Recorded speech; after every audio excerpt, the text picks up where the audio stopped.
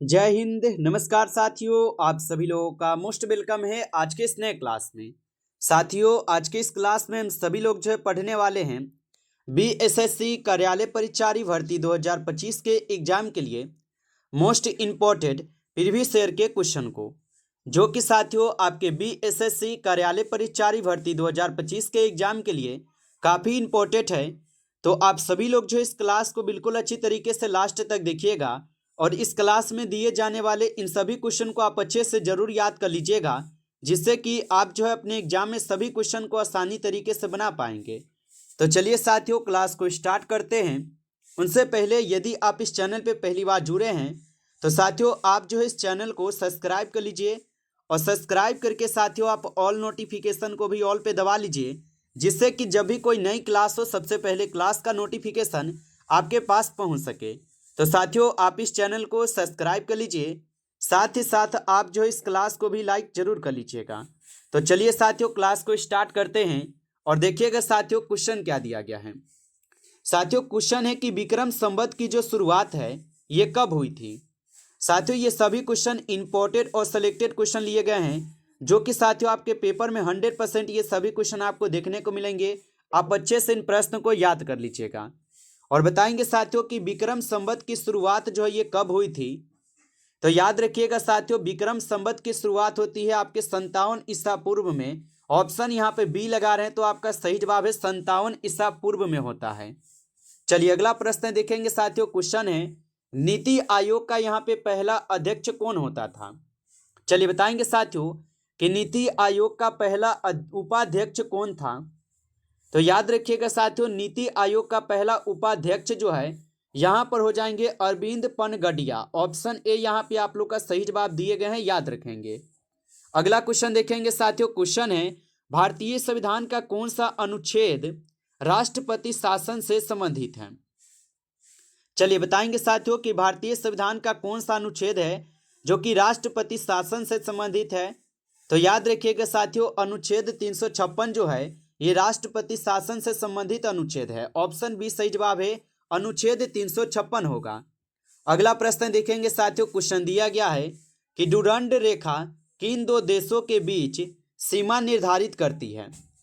चलिए बताएंगे साथियों कि डुरंड रेखा जो है ये किन दो देशों के बीच जो है सीमा निर्धारित करती है।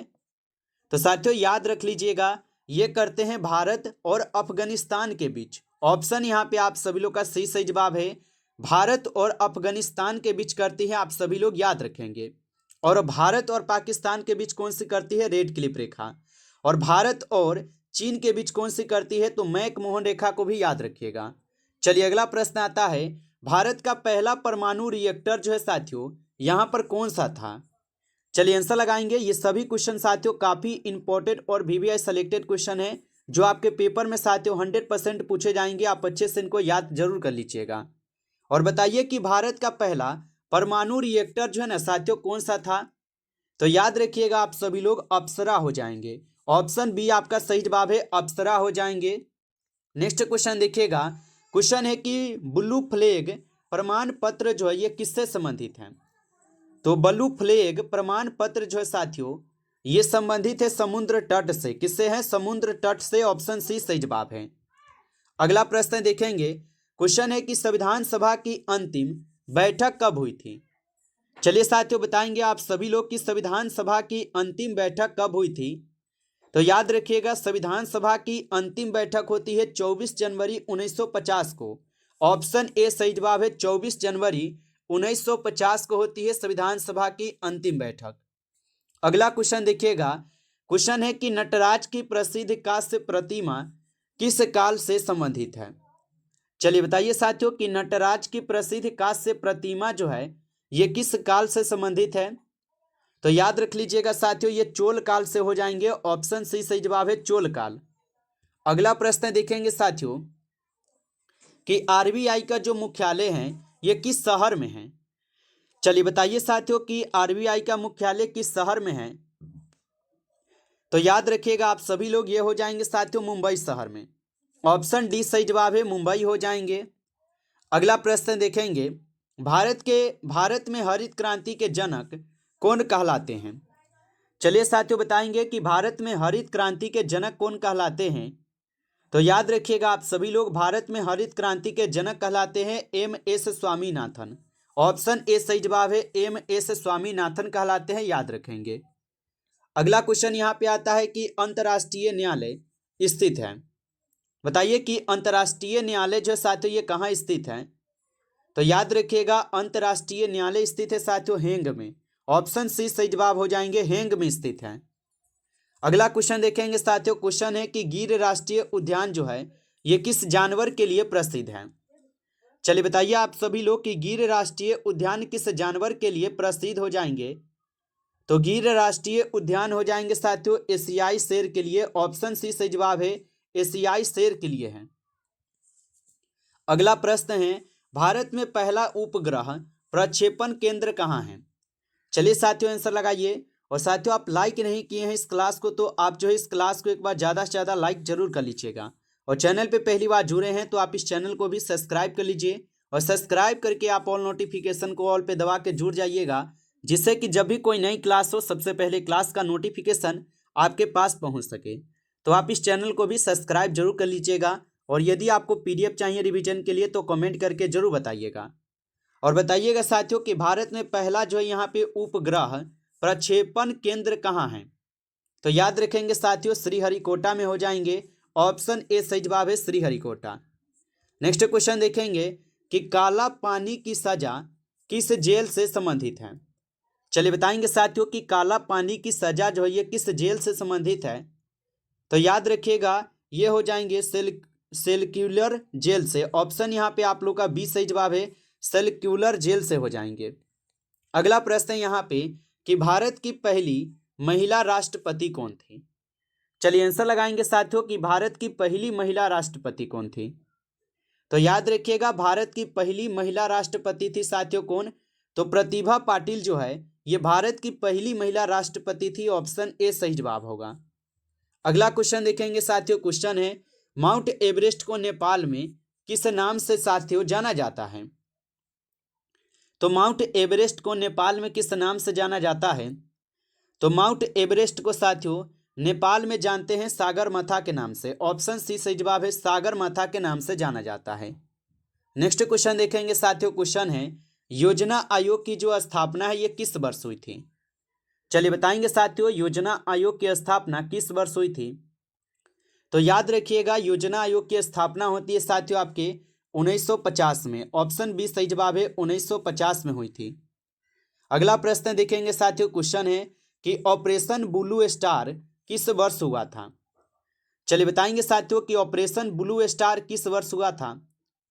तो याद रख लीजिएगा साथियों ऑपरेशन ब्लू स्टार जो है साथियों ये हुए थे आपके 1984 में। ऑप्शन सी सही जवाब है, 1984 में हुए थे, याद रखिएगा। अगला क्वेश्चन यहाँ पे आता है भारत का सबसे बड़ा मीठे पानी की झील है। चलिए बताएंगे साथियों कि भारत का सबसे बड़ा मीठे पानी की झील कौन सी है। तो याद रखिएगा साथियों भारत का सबसे बड़ा मीठे पानी की झील है आपके बुल्लर झील। ऑप्शन यहाँ पे बी सही जवाब है, बुल्लर झील हो जाएंगे। अगला क्वेश्चन देखेंगे साथियों, क्वेश्चन है कि संविधान का कौन सा भाग मौलिक अधिकारों से संबंधित है। बताइए कि संविधान का कौन सा भाग है जो कि मौलिक अधिकारों से संबंधित है। तो याद रखेंगे साथियों भाग 4 जो है ये मौलिक अधिकारों से संबंधित है। ऑप्शन सी सही जवाब है, भाग 4 होगा। अगला प्रश्न आता है यहाँ पर कि विश्व पर्यावरण दिवस जो है ये कब मनाया जाता है। बताइए कि विश्व पर्यावरण दिवस जो है साथियों ये कब मनाई जाती है। तो विश्व पर्यावरण दिवस मनाई जाती है 5 जून को। ऑप्शन बी सही जवाब है, 5 जून को मनाई जाती है, याद रखेंगे। अगला क्वेश्चन यहाँ पे आता है आपका INS विक्रमादित्य क्या है। चलिए बताइए कि INS विक्रमादित्य क्या है। तो याद रखिएगा ये हो जाएंगे आपके विमान वाहक पोत। ऑप्शन सी सही जवाब है, विमान वाहक पोत है। अगला क्वेश्चन देखेंगे कि भारतीय राष्ट्रीय कांग्रेस की जो स्थापना है ये कब हुई थी। चलिए बताएंगे आप सभी लोग भारतीय राष्ट्रीय कांग्रेस की स्थापना कब होती है। तो याद रखिएगा 28 दिसंबर 1885 में भारतीय राष्ट्रीय कांग्रेस की स्थापना होती है। ऑप्शन ए सही जवाब होगा। अगला क्वेश्चन देखेंगे आप लोग का क्वेश्चन है कि श्वेत क्रांति किससे संबंधित है। चलिए बताइएगा श्वेत क्रांति किससे संबंधित है? तो श्वेत क्रांति हो जाएंगे दूध उत्पादन से। ऑप्शन बी सही जवाब है, यहाँ पे दूध उत्पादन से संबंधित है, याद रखेंगे। अगला क्वेश्चन आता है कि भारत का सबसे ऊंचा बांध कौन सा है? चलिए बताइए साथियों कि भारत का सबसे ऊंचा बांध कौन सा है? तो याद रखिएगा साथियों, भारत का सबसे ऊंचा बांध है टिहरी बांध। ऑप्शन यहाँ पे बी सही जवाब है, टिहरी बांध है जो कि भारत का सबसे ऊंचा बांध है साथियों, याद रखेंगे। अगला प्रश्न यहाँ पे आपका आता है कि कच्छ का रण किस राज्य में स्थित है? चलिए बताइएगा साथियों कि कच्छ का जो रण है ये किस राज्य में स्थित है? तो याद रख लीजिएगा साथियों, कच्छ का रण हो जाएंगे आपके गुजरात राज्य में। ऑप्शन बी सही जवाब है, गुजरात राज्य में होगा, याद रखेंगे। अगला प्रश्न यहाँ पे आपका आता है यूएनओ की जो स्थापना है ये कब हुई थी? चलिए बताइए साथियों, यूएनओ की स्थापना कब हुई थी? तो याद रखिएगा साथियों, यूएनओ की जो स्थापना है ये आपके 1945 में होती है। ऑप्शन बी सही जवाब है, 1945 में। नेक्स्ट क्वेश्चन आता है आपका, भारत का राष्ट्रीय जलचर कौन सा है? चलिए बताइए साथियों कि भारत का राष्ट्रीय जलचर कौन सा है? तो याद रखिएगा साथियों, गंगा डॉल्फिन जो है यह भारत का राष्ट्रीय जलचर है। ऑप्शन यहाँ पे बी सही जवाब है, डॉल्फिन होगा। अगला प्रश्न देखेंगे कि ब्रह्म समाज की जो स्थापना है साथियों ये किसने की थी? चलिए आंसर लगाइएगा साथियों कि ब्रह्म समाज की स्थापना किसने की थी? तो ब्रह्म समाज की स्थापना किए हुए थे साथियों राजा राम मोहन राय। ऑप्शन यहाँ पे बी सही जवाब है, राजा राम मोहन राय किए थे। अगला क्वेश्चन देखिएगा साथियों, क्वेश्चन है भारत का सबसे छोटा राज्य क्षेत्रफल के अनुसार कौन सा है? तो भारत का सबसे छोटा राज्य क्षेत्रफल के अनुसार कौन सा है? तो गोवा जो है साथियों ये क्षेत्रफल के अनुसार भारत का सबसे छोटा राज्य है, तो ऑप्शन ए सही जवाब होगा।